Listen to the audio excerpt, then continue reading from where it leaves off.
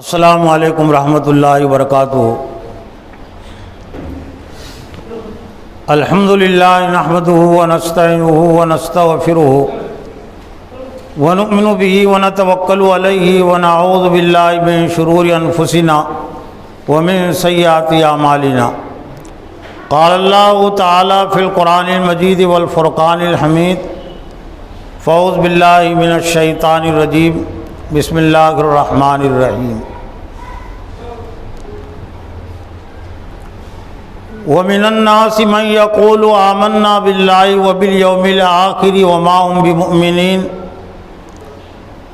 يخادعون الله والذين آمنوا وما يخدعون إلا أنفسهم وما يشعرون۔ وقال الله تعالى أيضا افتؤمنون ببعض الكتاب وتكفرون ببعض فما جزاء من يفعل ذلك منكم الا خزي في الحياة الدنيا ويوم القيامة يردون الى اشد العذاب۔ وقال الله تعالى ايضا ان الذين يكتمون ما انزلنا من البينات والهدى من بعد ما بيناه للناس في الكتاب اولئک یلعنهم اللہ ویلعنهم اللاعنون الا الذین تابوا واصلحوا وبینوا فاولئک اتوب علیہم وانا التواب الرحیم۔ وقال النبی صلی اللہ علیہ وسلم لا تجعلوا بیوتکم مقابر فإن الشیطان ینفر من البیت الذی یقرأ فی سورۃ البقرہ۔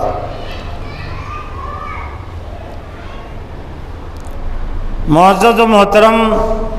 دینی بھائیوں، بزرگوں، نوجوانوں، خواتین اور بہنوں، آج کے اس جمعہ کے خطبے میں جس عنوان اور موضوع کے تحت قرآن و حدیث کی روشنی میں کچھ باتیں پیش کرنی ہیں، وہ ایک اہم عنوان اور موضوع ہے، اور وہ ہیں جہنم میں لے جانے والے چند فکری اور بنیادی گناہ، اور خاص طور سے بنی اسرائیل کی تاریخ کے حوالے سے۔ ہم اچھی طرح جانتے ہیں کہ کچھ چیزیں تو ایسی ہیں جو نظر آتی ہے ظاہر میں، لیکن ان کا کوئی خاص زیادہ اثر نہیں ہوتا، عارضی اثر ہوتا ہے۔ لیکن کچھ چیزیں ایسی ہیں جو نظر نہیں آتی، جو بنیادی نوعیت کی ہوتی ہے، جو اندر کی ہوتی ہے، انسانی لحاظ سے دل اور دماغ کی ہوتی ہے، لیکن ان کا اثر زیادہ ہوتا ہے۔ تو گناہ کے سلسلے میں اسلام کا جو امت مسلمہ کے لیے جو پیغام ہے وہ یہ ہے کہ جو فکری نوعیت کے جو گناہ ہیں، دلی نوعیت کے اور دماغی نوعیت کے جو گناہ ہیں، تو پہلے ان سے اجتناب کیا جائے، بچا جائے، اس لیے کہ ایک فکری گناہ وہ سینکڑوں عملی گناہ کو جنم دیتا ہے۔ جس طرح سے ایک دانہ زمین میں بویا جاتا ہے اور اس دانے سے جو درخت اگتا ہے، جو پودا اگتا ہے، تو اس میں صرف ایک ہی دانہ نہیں لگتا، وہ ایک دانے میں سینکڑوں دانے لگتے ہیں۔ گویا کہ ایک جو دانہ ہے جس کو زمین میں بویا گیا، وہ سینکڑوں دانوں کا ذریعہ بنتا ہے، سبب بنتا ہے۔ تو ایسے ہی معاملہ اسلامی نیکی کا بھی ہے اور گناہ کا بھی ہے۔ جو فکری نوعیت کی نیکیاں ہیں، انشاءاللہ آئندہ کسی جمعے میں ان کا تذکرہ آئے گا، تو وہ بہت ساری اچھائیوں کو جنم دیتی ہے۔ اسی طرح سے جو فکری نوعیت کے جو گناہ ہیں، بنیادی نوعیت کے جو گناہ ہیں، تو ایک ایک گناہ وہ سینکڑوں برائیوں کو جنم دیتا ہے، زندگی میں لاتا ہے۔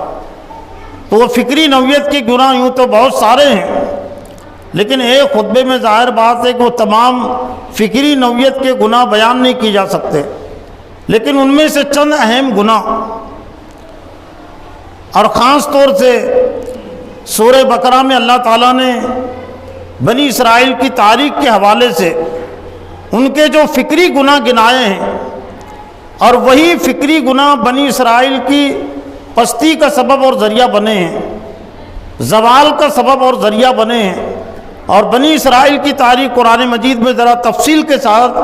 اسی لیے بیان کی گئی کہ امت مسلمہ اپنے سے پہلے کی مسلمان امت سے نصیحت حاصل کرے۔ بنی اسرائیل کافر امت نہیں تھی، وہ کافر اور مشرک قوم نہیں تھی، مسلمان قوم تھی۔ اللہ اور اس کے رسولوں پر، اللہ کی کتابوں پر ایمان کے دعوے دار قوم تھی۔ اور قرآن مجید میں اللہ تعالیٰ نے اس قوم کا جو تعارف پیش کیا اہل کتاب کے نام سے، اہل کتاب یعنی کتاب والے، توریت کے ماننے والے، انجیل کے ماننے والے، انبیاء علیہ السلام کے ماننے والے۔ لیکن جب بنی اسرائیل وہ فکری گناہوں میں مبتلا ہوئی تو اس دنیا میں بھی ان پر اللہ کا عذاب نازل ہوا۔ اور ایک اصولی بات گناہ کے سلسلے میں یہ بھی ہے، اللہ کی سنت کے حوالے سے، اگر کوئی کافر ہے، کوئی مشرک ہے جس نے ایمان قبول نہیں کیا یا اسلام اور ایمان کی باتیں اس تک نہیں پہنچی، تو اس دنیا میں ذرا ڈھیل اور مہلت اس کے لیے لمبی ہوتی ہے، کچھ زیادہ بھی ہوتی ہے، اور اس وقت تک ڈھیل اس کو دی جاتی ہے جب تک کہ کوئی اس پر حق کی حجت تمام نہ کر دے، ورنہ کچھ مشرک افراد کو، قوموں کو موت تک بھی ڈھیل اور مہلت ملتی ہے۔ ہاں، آخرت کا عذاب تو ہر مشرک اور کافر کے لیے طے شدہ ہے اور وہ دائمی عذاب ہے، لیکن کوئی اسلام کے دعوے کے حوالے سے اپنے آپ کو مسلمان کہتے ہوئے، اللہ اور اس کے رسول کی تعلیمات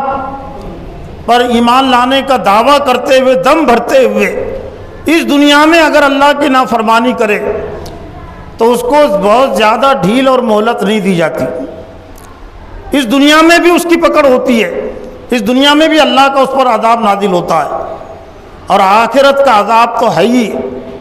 تو چونکہ ہم بھی اللہ اور اس کے رسول پر ایمان لانے والے ہیں، تو ہمیں یہ نہیں بھولنا چاہیے کہ اگر ہم نے اللہ اور اس کے رسول پر ایمان کے دعوے کے باوجود نافرمانیاں کی تو اس دنیا میں ہم پر عذاب دوسری قوموں سے جلدی آئے گا، زیادہ آئے گا۔ جیسا کہ ہم سے پہلے کی امت مسلمہ بنی اسرائیل پر اسی دنیا میں عذاب نازل ہوا، دوسری قوموں کے مقابلے میں زیادہ عذاب نازل ہوا اور جلدی عذاب نازل ہوا، اس لیے کہ ایمان کے دعوے کے باوجود، کتابوں کو ماننے کے باوجود انہوں نے انحراف کیا، کتابوں کی تعلیمات سے منہ موڑا۔ تو جو فکری نوعیت کے جو گناہ ہیں ان میں سے ایک اہم گناہ کا تذکرہ اللہ تعالیٰ نے ایک طرح سے سورہ بقرہ کے پہلے رکوع میں، اور سورہ بقرہ کی ایک حیثیت یہ بھی ہے کہ جو تقریباً 2.5 پاروں پر مشتمل ہے، اور اس میں خصوصیت کے ساتھ بنی اسرائیل کی تاریخ اور اس کے زوال کے اسباب بیان کر دیے گئے۔ حالانکہ نزول کے لحاظ سے وہ دور مدنی کی صورت ہے، لیکن قرآن کی ترتیب کے لحاظ سے سورہ فاتحہ کے بعد جو سب سے پہلی صورت ہے وہ سورہ بقرہ ہے، تاکہ ہر قرآن مجید کا پڑھنے والا اور سننے اور سمجھنے والا اسلام کی بنیادی تعلیمات سے وہ واقف ہو جائے، اور اپنے سے پہلے کی جو امت مسلمہ تھی بنی اسرائیل کی تاریخ سے بھی واقف ہو جائے، اور ان اعمال سے وہ اپنے آپ کو بچائے جن اعمال میں مبتلا ہو کر بنی اسرائیل اللہ کے غضب میں مبتلا ہوئی ہے۔ تو سورہ بقرہ کی ایک خصوصیت حدیث میں یہ بھی بیان کی گئی، حضور صلی اللہ علیہ وسلم نے فرمایا لا تجعلوا بیوتکم مقابر فإن الشیطان ینفر من البیت الذی یقرأ فیہ سورۃ البقرہ، کیا اپنے گھروں کو قبرستان مت بناؤ، شیطان اس گھر سے بھاگ جاتا ہے جس گھر میں سورہ بقرہ پڑھی جاتی ہے، لیکن اس کا بھی صحیح مفہوم و مطلب لینے کی ضرورت ہے۔ بہت سارے لوگوں نے اس کا صحیح مفہوم مطلب مراد نہیں لے لیا، زیادہ تر لوگوں نے اس کا جو مفہوم مراد لے لیا کہ بس سورہ فاتحہ کی تلاوت گھر میں ہو گئی تو اس کی برکت سے چاہے کوئی سمجھے یا نہ سمجھے، گھر والے سورہ بقرہ کے احکام پر عمل کرے یا نہ کرے، تو شیطان خود بخود بھاگ جائے گا۔ اس لیے بڑے بڑے شہروں میں اور جن کو ذرا خوشحالی حاصل ہے، جن کو اللہ نے مال بھی زیادہ دیا ہے، تو وہ کسی حافظ کے ذریعے سے کسی قرآن مجید کے پڑھنے والے کو مقرر کر کے سورہ بقرہ وہ پڑھواتے ہیں، اسے کچھ اجرت بھی دیتے ہیں، اس کا معاوضہ بھی دیتے ہیں، اور وہ حافظ صاحب جا کر یا کوئی ناظرہ قرآن پڑھنے والا جا کر وہ کارخانے میں یا گھر میں جا کر سورہ بقرہ کی تلاوت کرتا ہے، اور گھر والا مطمئن ہو جاتا ہے کہ شیطان اب بھاگ گیا۔ سوچنا چاہیے، سمجھنا چاہیے کہ نبی صلی اللہ علیہ وسلم نے کس ماحول میں بات کہی، کن لوگوں کے سامنے بات کہی۔ ان لوگوں کے سامنے بات کہی جو عربی کو، جو قرآن مجید کو پڑھ کر ہی سمجھ لیتے تھے، جو سن کر ہی سمجھ لیتے تھے، اور پڑھنے سمجھنے کے بعد پھر عمل بھی شروع کر دیتے تھے، سننے کے بعد عمل بھی شروع کر دیتے تھے۔ ایسا نہیں ہوتا تھا کہ وہ پڑھتے تھے اور سمجھتے نہیں تھے، اور جو کچھ پڑھتے تھے، جو کچھ سمجھتے تھے، عمل نہیں کرتے تھے۔ تو اس کا مفہوم مطلب یہ ہے کہ چونکہ سورہ بقرہ میں حلال و حرام کے تمام احکام بیان کر دیے گئے، مسلمانوں کے عروج اور زوال کے تمام احکام بیان کر دیے گئے، جو انفرادی زندگی کے لیے بھی ضروری ہے اور اجتماعی زندگی کے لیے ضروری ہے، تو ظاہر بات ہے جو سورہ بقرہ کو سمجھ کر پڑھے گا، جس گھر میں سورہ بقرہ سمجھ کر پڑھی جائیں گی، تو ظاہر بات ہے اس پر عمل بھی ہوگا، اور عمل کرنا ہی چاہیے۔ یہی قرآن مجید پر ایمان لانے کا مقصد بھی ہے، ورنہ ایک تنبیہ اور وعید بھی ہے۔ حضور صلی اللہ علیہ وسلم نے فرمایا کہ ما آمن بالقرآن من استحل محارمہ، اس شخص نے قرآن مجید پر ایمان نہیں لایا جس نے اس کی حرام کردہ چیزوں کو حلال بنا لیا، یعنی جن چیزوں سے، جن باتوں سے اللہ تعالیٰ نے منع کر دیا ان پر پابندی لگا دی، پھر بھی وہ ناجائز چیزوں پر وہ اختیار کرتا ہے، تو گویا کہ اس نے قرآن مجید پر ایمان لایا ہی نہیں۔ تو اب اس کا الٹا کر کے بھی ہم دیکھ سکتے ہیں کہ جس گھر میں گویا کہ یہ سورہ بقرہ جو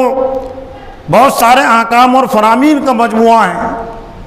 امت مسلمہ کے عروج اور زوال کی تاریخ اپنے اندر لیے ہوئے ہیں، اگر کوئی اس کو نہ سمجھے، نہ پڑھے، تو شیطان اس گھر میں اپنا ڈیرا ڈالے گا۔ ینفرو کی ضد کیا ہے؟ استقرار۔ شیطان اس گھر میں ٹھہر جائے گا اور لوگوں کو بہکائے گا۔ تو سورہ بقرہ کے دوسرے رکوع میں، پہلے رکوع کے آخری حصے میں کافروں کا تذکرہ ہے، جنہوں نے ایمان نہیں لایا، لیکن جو ایمان کے دعوے دار تھے،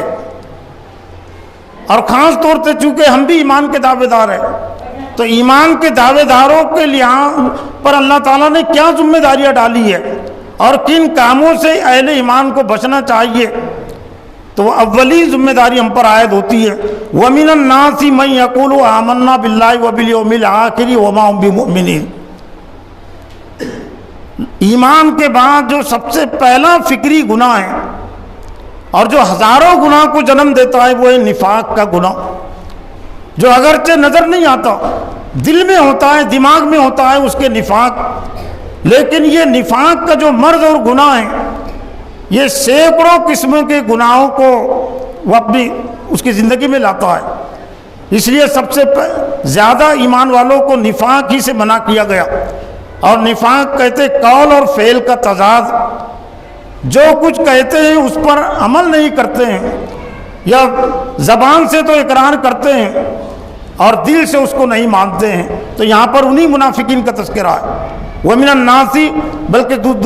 یہ سورہ بقرہ کا دوسرا رکوع یہیں سے شروع ہوتا ہے کہ لوگوں میں سے کچھ لوگ ایسے ہیں جو کہتے ہیں کہ ہم اللہ پر ایمان لائے، آخرت پر ایمان لائے، وَمَا هُم بِمُؤْمِنِينَ، لیکن حقیقت میں وہ مومن نہیں ہے، تو سخت ترین گناہ اور جرم ہے۔ اور پھر اولین طور پر کن گناہ گاروں کو، کن منافقین کو یہ تنبیہ سنائی گئی جو نبی صلی اللہ علیہ وسلم کے دور میں تھے۔ تم یہ کہہ نہیں سکتے کہ ہمارے قریب تو نفاق پھٹک ہی نہیں سکتا، ہمارے معاشرے میں تو نفاق کبھی آ ہی نہیں سکتا۔ نبی صلی اللہ علیہ وسلم کی موجودگی ہے، صحابہ کرام کی موجودگی ہے، جو خیر القرون کا دور ہے، یعنی نبی صلی اللہ علیہ وسلم کا دور تمام دوروں سے بہتر ہے، تو اس دور میں بھی یہ منافقین تھے، ان کے اندر بھی یہ نفاق کا مرض تھا۔ تو جب نفاق کا مرض آ جاتا ہے تو بہت ساری برائیاں اس کے اندر پیدا ہوتی ہے۔ نفاق ہی کے مرض کے حوالے سے اللہ تعالیٰ نے ایک سورہ عنکبوت میں فرمایا کہ وَمِنَ النَّاسِ مَن يَقُولُ آمَنَّا بِاللَّهِ فَإِذَا أُوذِيَ فِي اللَّهِ جَعَلَ فِتْنَةَ النَّاسِ كَعَذَابِ اللَّهِ، کہ لوگوں میں سے کچھ لوگ ایسے ہیں جو کہتے ہیں کہ ہم اللہ پر ایمان لائیں، لیکن فَإِذَا أُوذِيَ فِي اللَّهِ، جب اللہ کے دین کے سلسلے میں ان کو ایذا پہنچتی ہے، تکلیف پہنچتی ہے، ایمان لانے کے بعد مشرکین کی طرف سے، کافروں کی طرف سے، بے دینوں کی طرف سے ذہنی تکلیفوں کا پہنچنا، جسمانی تکلیفوں کا پہنچنا لازمی ہے۔ اللہ کے رسول کو بھی پہنچی ہے اور صحابہ کرام کو بھی پہنچی ہے، اور جو ہم سے ایمان میں بہت زیادہ افضل تھے، اعلیٰ تھے، ان کو پہنچی ہے۔ تو اللہ نے فرمایا کہ یہ منافقین کا حال یہ ہے کہ جب دین کے سلسلے میں ان کو تکلیف پہنچتی ہے تو اس تکلیف کو جعل فتنۃ الناس، لوگوں کی طرف سے جو تکلیف پہنچتی ہے کا عذاب اللہ، تو اللہ کے عذاب کی طرح اس کو سمجھ لیتے ہیں، حالانکہ اللہ کا عذاب اور چیز ہے۔ اللہ کا عذاب تو نافرمانی کی بنیاد پر آتا ہے، دین اور ایمان پر قائم رہنے کے نتیجے میں جو مصیبت اور پریشانی آتی ہے وہ آزمائش ہوتی ہے، اور آزمائش اللہ کے نزدیک ہر مومن کے لیے لازمی ہے، اور اس پر صبر کرے تو انعام بھی اس کے لیے لازم ہے۔ لیکن آج اگر معاشرے کا جائزہ لے تو اس طرح کی خصلت اور عادت بہت سارے اہل ایمان میں پائی جاتی ہے۔ دین اور ایمان کی خاطر انسانوں کی طرف سے جو ذہنی تکلیفیں پہنچتی ہے، کچھ جسمانی تکلیفیں پہنچتی ہے، تو لوگوں کو آج اس سے زیادہ ڈر لگتا ہے۔ لیکن نافرمانی کے نتیجے میں جو اللہ کا عذاب آتا ہے اسی دنیا میں، تو اللہ کے نافرمانی سے اتنا ڈر نہیں ہے جتنا کہ لوگوں کی ایذاؤں سے اور لوگوں کی تکلیفوں کا ڈر ذہن اور دماغ میں بیٹھا ہوا۔ اللہ کے عذاب کا زیادہ ڈر ہونا چاہیے، اللہ کی نافرمانی کا زیادہ ڈر اور خوف ہونا چاہیے، یہاں تک کہ اللہ کی اطاعت اور فرما برداری کے نتیجے میں اگر جان بھی جاتی ہے، مال بھی جاتا ہے، وطن بھی جاتا ہے، اور رشتہ داروں سے بھی اگر کٹنا پڑتا ہے تو سستا سودا ہے، مہنگا سودا نہیں۔ اور خود اللہ کے رسول صحابہ اکرام نے، اہل ایمان نے ثبوت پیش کیا کہ دین اور ایمان کی خاطر ہی ان کی جو 40 سالہ عزت تھی وہ ختم ہو گئی۔ صادق اور امین جو لوگ آپ کو کہتے تھے، آپ کو سر آنکھوں پر بٹھاتے تھے، کیا یک لگتا آپ کو دشمن نہیں ہو گئے؟ اور کیا ایسے سنگین حالات نہیں ہوئے کہ آپ کو وہاں سے نکلنا پڑا؟ لیکن آپ نے اس کی کوئی پرواہ نہیں کی۔ پھر نفاقی کے حوالے سے ایک مرد جو پیدا ہوتا ہے، اور وہ بھی امت مسلمہ کی پستی کا سبب ہے، اور بنی اسرائیل میں بھی یہ مرد آیا تھا، اور بدقسمتی سے آج امت مسلمہ میں بھی یہ مرد پایا جاتا ہے، جس کا تذکرہ سورہ حج کی آیت نمبر 11 میں کیا گیا کہ وَمِنَ النَّاسِ مَن يَعْبُدُ اللَّهَ عَلَىٰ حَرْفٍ فَإِنْ أَصَابَتْهُ خَيْرٌ اطْمَأَنَّ بِهِ وَإِنْ أَصَابَتْهُ فِتْنَةٌ انقلب عَلَىٰ وَجْهِهِ خَسِرَ الدُّنْيَا وَالْآخِرَةَ ذَلِكَ هُوَ الْخُسْرَانُ الْمُبِينُ۔ لوگوں میں سے کچھ لوگ ایسے ہیں جو کنارے کنارے بندگی کرتے ہیں، علی حرفن، حرف ایک کو جو کہتے ہیں کنارے پر ہی ہوتا ہے، اس لیے اس کو عربی میں حرف کہتے ہیں، تو حرف کے معنی عربی میں کنارے کے ہوتے ہیں۔ تو کچھ لوگ ایسے ہیں ایمان والوں میں سے جو کنارے کنارے پر رہ کر بندگی کرتے ہیں، فَإِنْ أَصَابَهُ خَيْرٌ اطْمَأَنَّ بِهِ، دین اور ایمان کے نتیجے میں کوئی خیر ان کو پہنچتی ہے، بھلائی پہنچتی ہے، خوشحالی پہنچتی ہے، کامیابی پہنچتی ہے، تو اطمئنہ بھی پھر مطمئن رہتے ہیں، شکر کرتے ہیں۔ وَإِنْ أَصَابَتْهُ فِتْنَةٌ انقلب عَلَىٰ وَجْهِهِ، لیکن جب کوئی مصیبت اور پریشانی پہنچتی ہے، انقلب عَلَىٰ وَجْهِهِ، تو اپنا منہ موڑ لیتے، اپنا رخ موڑ لیتے ہیں۔ خسرت دنیا والآخرہ، ایسے لوگوں کی دنیا اور آخرت تباہ اور برباد ہو جاتی ہے۔ وہ دنیا میں بھی ناکام ہوتے ہیں اور آخرت میں بھی ناکام ہوتے ہیں۔ ذالک هو الخسران المبین، یعنی دنیا کی کامیابی کے لیے انہوں نے یہ راستہ اختیار کیا تھا، نفاق کا راستہ، کہ دین اور ایمان کی خاطر مصیبتیں پریشانیاں آتی ہیں تو اس سے بچنے کے لیے پھر یہ اللہ کے دشمنوں کو راضی کرنے کا راستہ۔ لیکن دنیا میں بھی ناکامی ہوتی ہے، آخرت کی تو ناکامی ہے ہی، دنیا میں بھی اللہ تعالیٰ ناکامی دکھاتا ہے۔ آج بھی ہم جائزہ لے لیں امت مسلمہ کا، خاص طور سے اسلام کی معاشرتی زندگی کے حوالے سے، اسلام کی سیاسی زندگی کے حوالے سے اللہ تعالیٰ نے جو آزمائش جوڑی، آزمائش رکھی ہے کھرے مومنین اور کھوٹے مومنین کی پہچان کے لیے، تو خاص طور سے میدان سیاست سے متعلق اسلام کی جو تعلیمات اور رہنمائی ہے، تو کہیں ہم سے باطل پرست ناراض نہ ہو جائے، کہیں ان کی طرف سے ہم پر مصیبتیں پریشانیاں نہ آ جائے، تو اسی اندیشے کے پیش نظر امت مسلمہ نے اب اسلام کی جو سیاسی تعلیمات ہے، جو سیاسی رہنمائی ہے، اس سے منہ موڑ لیا، اس کو نظر انداز کر دیا، اس کو پس پشت ڈال دیا۔ تو کیا دنیا بھی برباد نہیں ہوئی؟ آخرت میں تو اللہ کی ناراضی ہے ہی، لیکن کیا دنیا کا فائدہ ہم کو مل گیا؟ اور کیا انسانوں کی طرف سے جو آنے والی مخالفتیں تھی، دشمنیاں تھی، تو وہ دشمنیاں ختم ہو گئی؟ ذالک هو الخسران المبین، اور یہ بڑی ناکامی ہے کہ نہ دنیا ملتی ہے اور نہ آخرت ہاتھ آتی ہے۔ ایک عام فہم مثال میں اس کو کہتے ہیں کھڈے سے بچنے کے لیے کھائی میں گر جانا، یہ عقل مندی نہیں ہوتی۔ دین جس طرح سے دنیا کے راستوں میں کھڈے رہتے ہیں، لیکن کھڈے سے بچنے کے لیے کوئی کھائی میں تو نہیں گرتا، کھڈے کی تکلیف کو، ٹھوکروں کی تکلیف کو برداشت کرتا ہے، ٹھوکریں کھاتے ہوئے راستے ہی سے چلتا ہے۔ لیکن بازو جو کھائی ہے، گھاٹ کے راستے میں عام طور سے یہ چیز پیش ہوتی ہے۔ تو اگر کوئی کھڈے سے بچنے کے لیے اگر کھائی میں گرے گا تو ظاہر بات ہے دنیاوی لحاظ سے بھی ناکام ہوگا۔ یہی معاملہ منافقین کا ہوتا ہے کہ جو دنیا کی جو آزمائش اللہ تعالیٰ نے رکھی ہے اس سے بچنے کے لیے نفاق کا راستہ اختیار کرتے ہیں، تو دنیا بھی ان کی تباہ اور برباد ہوتی ہے۔ پھر بنی اسرائیل ہی کی تاریخ کے حوالے سے اللہ تعالیٰ نے ایک بنی اسرائیل کا جو فکری گناہ بیان کیا، افتؤمنون ببعض الکتاب وتکفرون ببعض، اور یہ وہ گناہ ہیں جنہوں نے اسلام کا بالکلیہ انکار کر دیا، ان سے متعلق یہ گناہ نہیں ہے۔ جنہوں نے اسلام کو مانا، اختیار کیا اور پھر انہوں نے نافرمانی کی، ان کے لیے سزا ہے۔ یہ منافقین بھی وہی ہوتے تھے جو اسلام کو مانتے تھے لیکن اس کے مطابق عمل نہیں کرتے تھے۔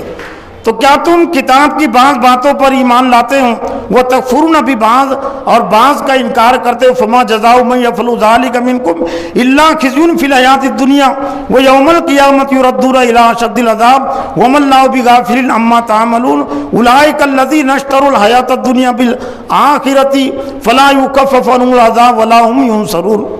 یہ سورہ بقرہ کے آیت نمبر 85 اور 86 ہے۔ اولین طور پر ہم سے پہلے کی جو امت مسلمہ ہیں وہ بنی اسرائیل، لیکن بنی اسرائیل نے جو جرم کیا اس کردار اور طرز عمل سے اللہ تعالیٰ نے قرآن مجید میں اہل ایمان کو خطاب کر کے جگہ یا ایھا الذین آمنوا لا تکونوا کالذین اوتوا الکتاب من قبلکم، اے ایمان والو تم ان لوگوں کی طرح مت ہو جاؤ جن کو ہم نے تم سے پہلے کتاب دی تھی۔ صاف اور سیدھا مطلب ہے نا، ہم سے پہلے یہود و نصاروں کو کتاب دی گئی تھی، تو قرآن مجید میں اللہ نے ایک مقام پر یہ نصیحت نہیں کہ اہل ایمان کو، کئی مقامات پر نصیحت کی تاکہ امت مسلمہ وہ بنی اسرائیل کے جرائم کو اور جرموں کو، ان کی خرابیوں کو اپنی زندگی میں نہ آنے دے، اپنے ذہن اور دماغوں میں آنے نہ دے۔ لیکن اتنی صراحت کے ساتھ اور تاکید کے ساتھ جو اللہ تعالیٰ نے امت مسلمہ کو متنبہ کیا کہ خبردار تم اہل کتاب کی طرح مت ہو جانا، جنہوں نے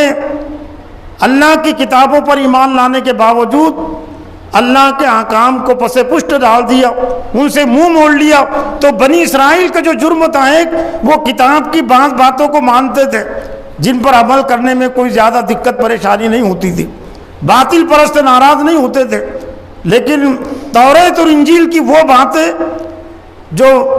معاشرت سے تعلق رکھتی تھی اور خاص طور سے سیاست سے تعلق رکھتی تھی، اور جن پر عمل کرنے کے لیے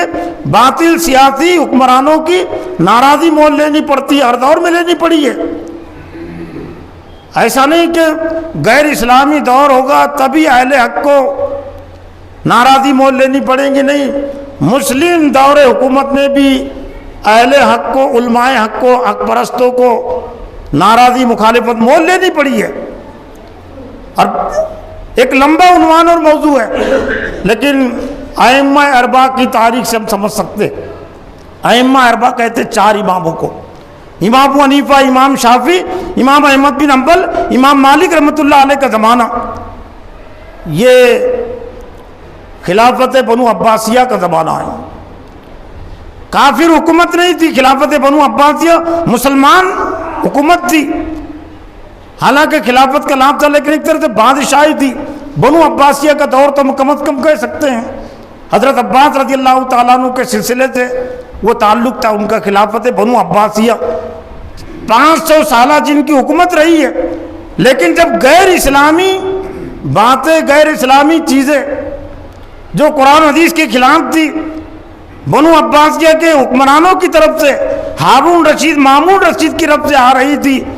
امام ابو حنیفہ رحمۃ اللہ علیہ دیوار بن کر کھڑے ہو گئے، امام شافعی رحمۃ اللہ علیہ دیوار بن کر کھڑے ہو گئے،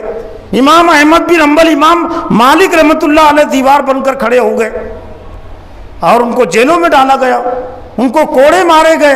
امام ابو حنیفہ رحمۃ اللہ علیہ کا جنازہ وہ جیل سے اٹھا ہے، جیل میں ان کی موت ہوئی ہے۔ تو ایسا نہیں ہے کہ کافروں کی حکومت ہوگی، بے دینوں کی حکومت ہوگی تبھی اہل حق کو قربانیاں دینی پڑیں گی۔ یہ سیاسی منکرات کو اور سیاسی کفر کو ختم کرنے کے لیے مسلم حکومت بھی اگر ہے، مسلمانوں کی حکومت بھی ہے، لیکن قرآن و حدیث کے مطابق نہیں ہے، تو اہل حق کو ایسے دور میں بھی قربانیاں دینی پڑتی ہے، اور آج بھی دے رہے اہل حق۔ دور حاضر میں بھی حسن البنا، امام حسن البنا رحمۃ اللہ علیہ کو شہید کرنے والے وہ مصر کے تھے، مسلمان ہی تھے۔ سید قطب شہید رحمۃ اللہ علیہ کو شہید کرنے والے بھی مسلمان ہی تھے، حکمراں، بے دین حکمراں۔ مجدد الفسانی شیخ احمد سرہندی رحمۃ اللہ علیہ جن کا زمانہ ہندوستان میں گزرا ہے، تو ان کو جیل میں ڈالنے والے وہ مسلمان بادشاہ ہی تھے، اور آج بھی یہی تاریخ پیش کر رہے ہیں، اور قیامت تک یہ تاریخ پیش کرنی پڑے گی اہل حق کو۔ تو ان کا ایک جرم تھا کہ کتاب کی بعض باتوں کو مانتے تھے، آج ہمارا بھی وہی جرم ہو گیا، اور بڑی آسانی کے ساتھ موجودہ دور کے باطل پرستوں نے تقسیم کر دی، مذہب کا یہ کھانا ہے اور یہ سیاست کا، تجارت کا کھانا ہے، اور مسلمانوں نے قبول کر لیا، اور خیرات کے طور پر مسلم پرسنل لا کے نام سے کچھ چیزیں انہوں نے تھما دی تھی، حالانکہ اب اس کی بھی کوئی حیثیت باقی نہیں رہی۔ اسی وقت مسلمانوں کو دینی غیرت کو ثبوت دینا چاہیے تھا کہ زندگی کے تمام معاملات میں یہ کوئی مسلم پرسنل نام کی کوئی چیز نہیں ہوتی، مسلمانوں کی کوئی پرسنل چیز نہیں ہے، مسلم پرسنل لا کوئی چیز نہیں ہوتی، اسلام ہوتا ہے اسلام، اور اسلام کی کوئی چیز پرسنل نہیں ہوتی، ذاتی نہیں ہوتی، لیکن بڑی سازش کے تحت یہ نام گھڑا گیا۔ ایک تو مسلم نام کا کوئی قانون نہیں، اس کے پیچھے بڑی ان کی مکاری تھی کہ اسلام کی جو حیثیت ہے، آفاقی حیثیت، جس کا تعلق اللہ کی ذات سے، رسولوں کی ذات سے، وہ آفاقی اور دائمی جو حیثیت اسلام کی دب جائے، اور جس طرح سے اور قوموں کا جو دھرم اور دین ہے وہ ان کے مذہبی لیڈروں کے ذریعے سے چلتا ہے، ان کی مذہبی شخصیات کے ذریعے سے چلتا ہے، تو یہ تصور دینے کے لیے کہ یہ بھی کوئی ان کا ایک مسلمانوں کا بنایا ہوا اپنا مذہب ہے، اور پھر چونکہ اسلام کی تعلیم آفاقی ہے تمام انسانوں کے لیے، تو وہ عمومیت کا جو تصور ہے، عام ہونے کا جو تصور ہے، وہ بھی پرسنل ذاتی چیز کو کہتے نا، میری پرسنل چیز ہے، لیکن بڑی آسانی کے ساتھ مان لیا تو غلطی، بہرحال غلطی ہوتی ہے، اس کا کوئی نتیجہ نہیں ہوتا، اور وہ جدوجہد آزادی میں ہی دستور ہند میں ہی اس کا دروازہ کھول دیا گیا تھا، یکساں مسلم یا یکساں سول کوڈ کا دروازہ، دفعہ نمبر 44 اس میں رکھ کر اور اس میں لا کر یہ بات لکھ دی گئی تھی کہ آئندہ کی جو حکومت ہند ہے وہ یکساں سول کوڈ کے لیے کوشش کرے گی۔ تو اب اگر کوئی کوشش ہو رہی ہے راجیہ سبھا پارلیمنٹ کے ذریعے سے، کوئی نئی چیز ان کے پاس دلیل ہے، ثبوت ہے، دستور ہند کا ان کے پاس ثبوت ہے کہ دستور کی دفعہ نمبر 44 میں یہ بات لکھی ہوئی ہے کہ آئندہ کی جو حکومت ہوگی وہ یکساں سول کوڈ کے لیے کوشش کرے گی۔ ہمارے پاس پہلے سے اسلام ہے اور آج بھی اور قیامت تک رہے گا۔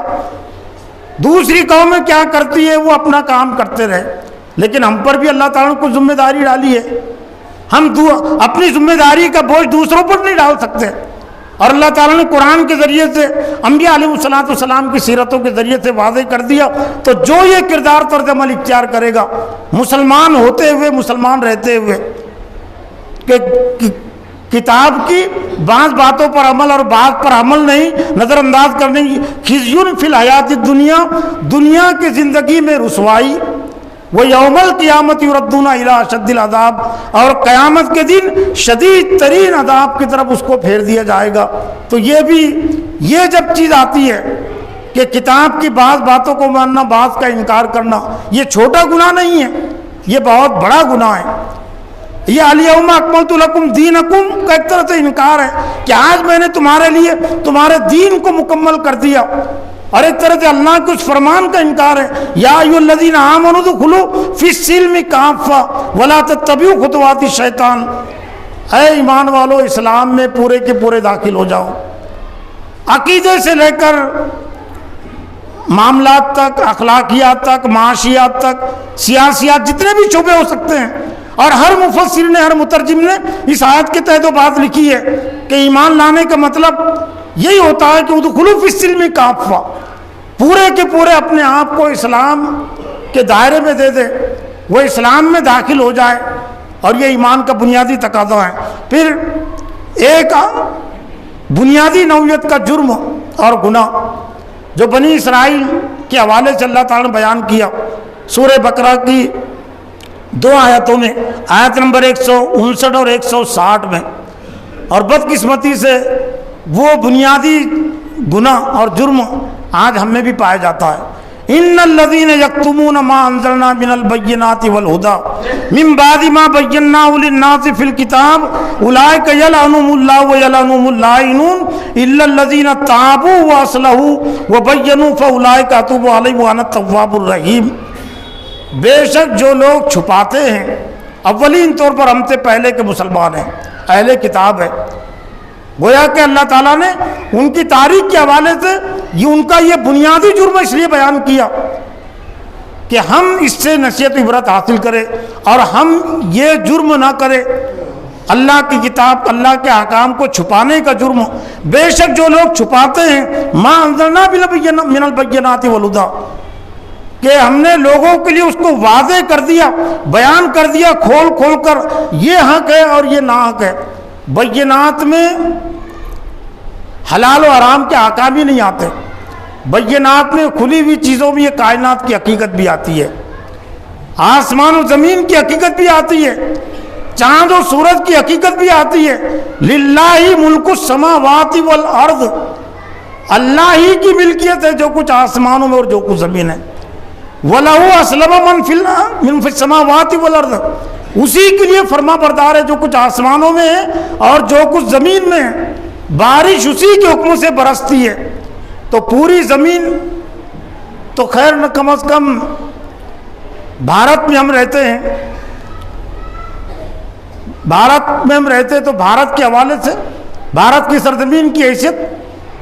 واضح کرنا ہم پر ضروری تھا، ہم پر قرآن ریاض سے لازم ہے۔ کشمیر سے کنیا کماری تک کی زمین وہ اللہ کی ہے، للہ ملک السماوات والارض، ویسے تو پوری زمین، لیکن کم از کم ہم یہاں رہتے ہیں اولین طور پر، تو جس جگہ پر ہم رہتے ہیں اس جگہ کی حیثیت اور ملکیت کیا ہے، بھارت کی سرزمین کی حیثیت کیا ہے۔ کشمیر سے کنیا کماری تک کی زمین، آسام سے بنگال تک، گجرات تک، جتنی بھی سرحدیں ہو سکتی ہے، دینی اور ایمانی لحاظ سے، اللہ کے فرمان کے لحاظ سے وہ نہ مسلمان قوم کی ہے، نہ ہندو قوم کی ہے، نہ اور کوئی قوم کی ہے، وہ اللہ کی ملکیت ہے۔ اور اس کی دلیل یہ ہے کہ آج جو حکومت میں ہیں ان سے پہلے کی سرزمین ہے، ہم سے پہلے جو حکومت میں تھے وہ حکومت سے پہلے سے سرزمین ہند۔ اور دوسری اہم بات اس زمین کے حوالے سے جو واضح کرنے کی ہے، ہم پر ذمہ داری کہ یہ پوری کی پوری سرزمین اللہ کے لیے مسلم ہے، اللہ کی تسبیح پاکی بیان کرتی ہے۔ بھارت کی سرزمین اللہ کی مسلم ہے۔ وَإِن مِّن شَيْءٍ لَّا يُسَبِّحُ بِحَمْدِهِ وَلَٰكِن لَّا تَفْقَهُونَ تَسْبِيحَهُمْ، کوئی ایسی چیز نہیں جو اللہ کی تسبیح پاکی بیان نہ کرتی ہو، لیکن تم سمجھ نہیں سکتے۔ تو اگر سرزمین ہند سے اگر کسی کو محبت ہے تو اس کا تقاضا یہ ہے کہ سرزمین ہند کا، بھارت کی سرزمین کا جو دین ہے، بھارت کی سرزمین جس کی تسبیح پاکی بیان کرتی ہے، تو اس کی تسبیح پاکی ہم بھی بیان کرتے، لیکن انہوں نے چھپایا تھا یہ بات، اور وہی ہم نے بھی آج چھپا دیا، بلکہ غلط بات کو مان لیا جس کی کوئی حقیقت اور بنیاد نہیں ہے، ایسی باتوں کو مان لیا۔ تو جب باوجود کہ اللہ بیناہ للناس فی الکتاب، باوجود کہ ہم نے لوگوں کے لیے اس کو بیان کر دیا، اولئک یلعنہم اللہ، تو جو یہ چھپانے کا جرم کرتے ہیں کہ انسانوں کے لیے اصل قانون کیا ہے، یہ تو کائنات سے متعلق ہے، لیکن حلال و حرام سے متعلق اللہ تعالیٰ نے انسانوں کے لیے کیا قانون جاری کیا وہ بھی ہم نے نہیں پیش کیا پورے طور سے۔ تو اولئک یلعنہم، تو اللہ تعالیٰ کی جو طرف سے جو سزا ملتی ہے، یلعنہم اللہ، اللہ تعالیٰ کی ان پر لعنت ہے، اللہ ان پر لعنت کرتا ہے، وہ یلعنہم اللاعنون، اور لعنت کرنے والے ان پر لعنت کرتے ہیں۔ بہت بڑی سزا ہے، اللہ کی لعنت اور اللہ کے پوری پارٹی کی لعنت۔ لعنت کرنے والوں میں پورے فرشتے، حضرت جبرائیل سے لے کر جتنے فرشتے وہ سب کے سب، اور لعنت کرنے میں حضرت آدم علیہ السلام سے لے کر حضور صلی اللہ علیہ وسلم تک جتنے انبیاء آئے ہیں اور جتنے بھی اللہ کے ماننے والے ہیں، وہ سب کے سب لعنت کرتے۔ کن لوگوں پر؟ جو اللہ کے احکام کو ظاہر نہیں کرتے، واضح نہیں کرتے۔ لیکن یہ آیت احتسابی آیت بھی ہے، دوسروں پر واضح کرنا یہ بہت آگے کی چیز ہے۔ لیکن ہم میں سے کتنے ہیں جنہوں نے سورہ فاتحہ سے لے کر سورہ والناس تک اپنے آپ کو قرآن مجید، اپنے آپ پر قرآن مجید کو واضح کیا؟ اپنے ذہن اور دماغ پر قرآن مجید کو کتنے مقتدیوں نے، کتنے مصلیوں نے اور کتنے مسلمانوں نے واضح کیا؟ لیکن آج بھی قرآن مجید کا بڑا حصہ زیادہ تر مسلمانوں سے چھپا ہوا ہے۔ سورہ بقرہ میں کیا احکام ہے یہ ایک نمازی کو معلوم نہیں ہے، سورہ آل عمران میں کیا احکام اور فرامین ہے ایک مسلمان کو معلوم نہیں ہے، اور اسی طرح سے